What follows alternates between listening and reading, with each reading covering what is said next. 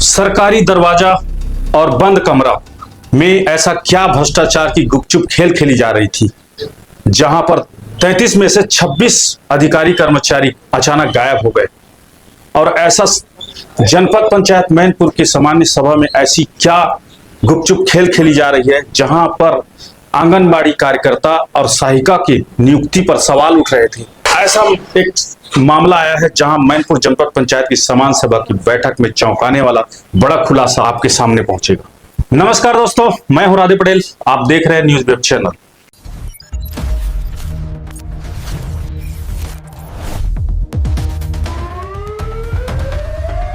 कहा जाता है पत्रकार जनता की आंख कान होती है, लेकिन क्या लोकतंत्र के इसी पहरेदार के लिए सरकारी दफ्तरों के दरवाजे बंद कर दिए जाएं तो क्या होगा। गरियाबंद जिले का मैनपुर जनपद पंचायत, जहां ब्लॉक की विकास की रूपरेखा तय होनी थी, वहां अचानक एक रहस्यमय सन्नाटा छा गया। सामान्य सभा की बैठक तो हुई, लेकिन बंद कमरों में। सवाल यह है, आखिर ये अंदर में ऐसा क्या हो रहा था जिसे मीडिया और जनता से छिपाना जरूरी था। क्या यह विकास की योजना थी या फिर सरकारी पैसों में गोटी मारने और घालमेल करने का कोई सीक्रेट डील चल रही थी। तो मैनपुर जनपद पंचायत का बड़ा खुलासा, जहां पर अधिकारियों की हाजिरी जांची गई, वहां पर 33 में से 26 अधिकारी कर्मचारी गायब नजर आए, जहां पर सिर्फ 7 विभागों के जो अधिकारी हैं वो नजर आए और बाकी जो 26 अधिकारियों की कुर्सी खाली दिखाई पड़ी।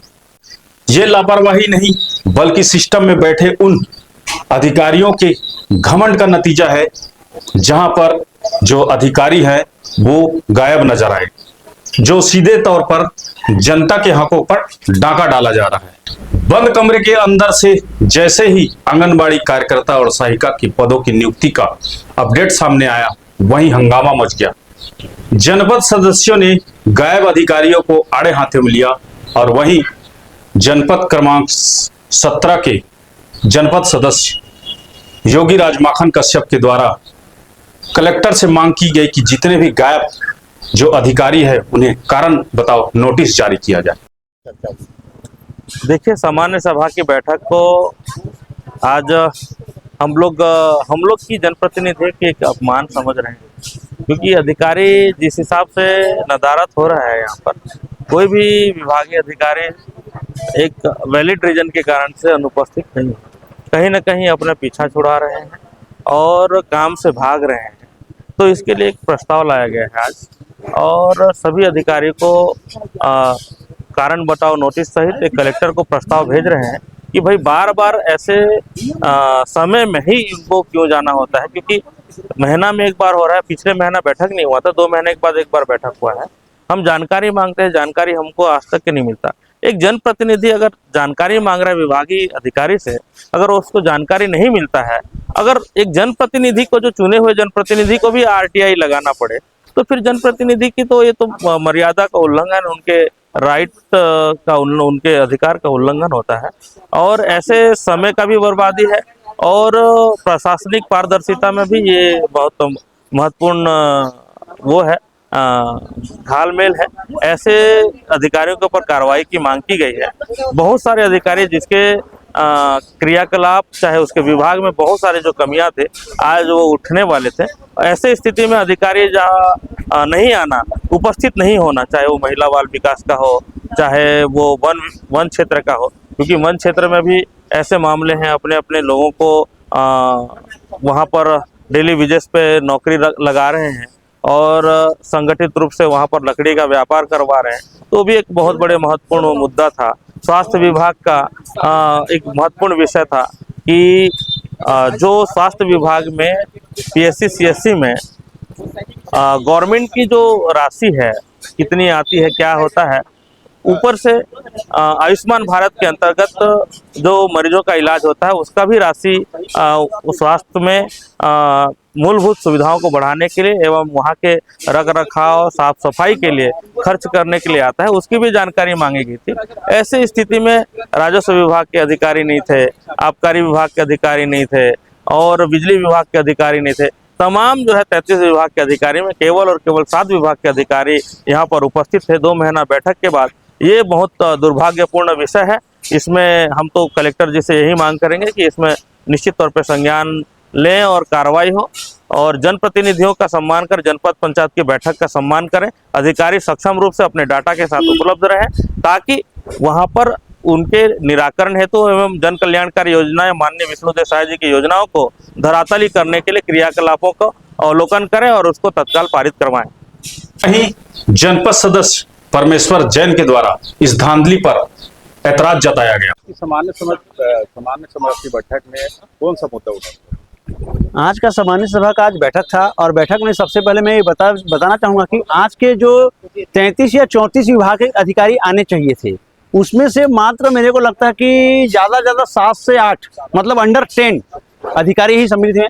और जब अधिकारी ही नहीं आ रहे हैं तो हम किससे क्या सवाल करें, और जब तक सवाल नहीं करेंगे तो जवाब नहीं आएगा। और इसमें बहुत सारा मुद्दा था।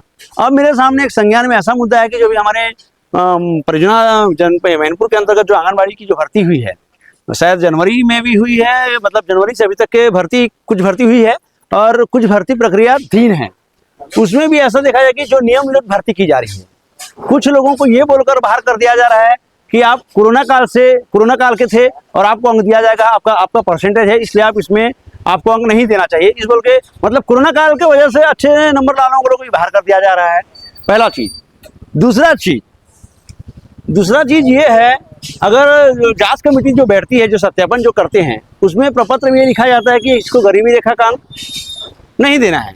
लेकिन जब हम देखते हैं तो उसमें पाया गया कि ये लिखने के बाद भी 6 अंक दे दिया जा रहा है, जबकि उसमें लिखा गया कि गरीबी रेखा के अंतर्गत नहीं आ रहा है, इसको अंक का हकदार नहीं है, फिर भी 6 अंक दे दिया गया है। और इसे करके उसको नियुक्ति का प्रक्रिया भी लाए हैं। इस मुद्दे को मैं जोर शोर से उठाया हूँ। दूसरी चीज, जो यहाँ महिला एवं बाल विकास के द्वारा जो कुकर वगैरह वितरण होने चाहिए थे, इसमें भी मेरे को लगता है धांधली है, और ये खुलासा भी करूंगा मैं जल्द। और जब मैं इस चीज को खुलासा करने के लिए आगे आना चाहता हूँ तो मेरे पर दबाव डाला जाता है कि आपको हम लोग फंसा देंगे सब मिल करके। किनके द्वारा? इसमें कुछ लोगों के दबाव आ रहा है, मतलब संबंधित, चाहे उसमें से अधिकारी हो या कुछ ऐसा हो, ऐसा बोला जा रहा है। मेरे पास मैसेज आ रहा है, जबकि उसको मैं खुलासा करना चाहता हूँ, लेकिन मेरे को दबाया जा रहा है। ऐसा बहुत सारा धांधली है। और वो जब जांच हो जाएगी, मैं चाहता हूँ कि जांच हो, नियुक्ति से संबंधित जांच हो, जो आंगनबाड़ी केंद्रों में जो चीज जाना चाहिए वो, और जो जैसा आया है वैसा गया है कि नहीं गया है, इसका पूर्ण रूप से जांच किया जाए, मेरा ये कहना है। और जब हम सवाल करते हैं इसका जवाब भी ढंग से नहीं होता है। और दूसरा चीज मैं कहना चाहूंगा कि जो सामान्य सभा का बैठक होता है, उसमें ऑन रिकॉर्डिंग होना चाहिए कि इसमें क्या हो रहा है, पारदर्शिता होनी चाहिए। और पारदर्शिता कैसी होगी? ऑन रिकॉर्डिंग होना चाहिए, चाहे CCTV के माध्यम से हो, चाहे मोबाइल कैमरे के माध्यम से हो, रिकॉर्ड करने की अनुमति दी जाए। ये मेरा कहना है, बस ताकि न्याय मिल सके सबको और सब कार्य सुचारू रूप से चल सके, और छत्तीसगढ़ शासन की योजनाओं का लाभ प्रत्येक व्यक्ति को, एक व्यक्ति को मिल सके, शासन का लाभ एक व्यक्ति को मिल सके, मैं यही चाहता हूं।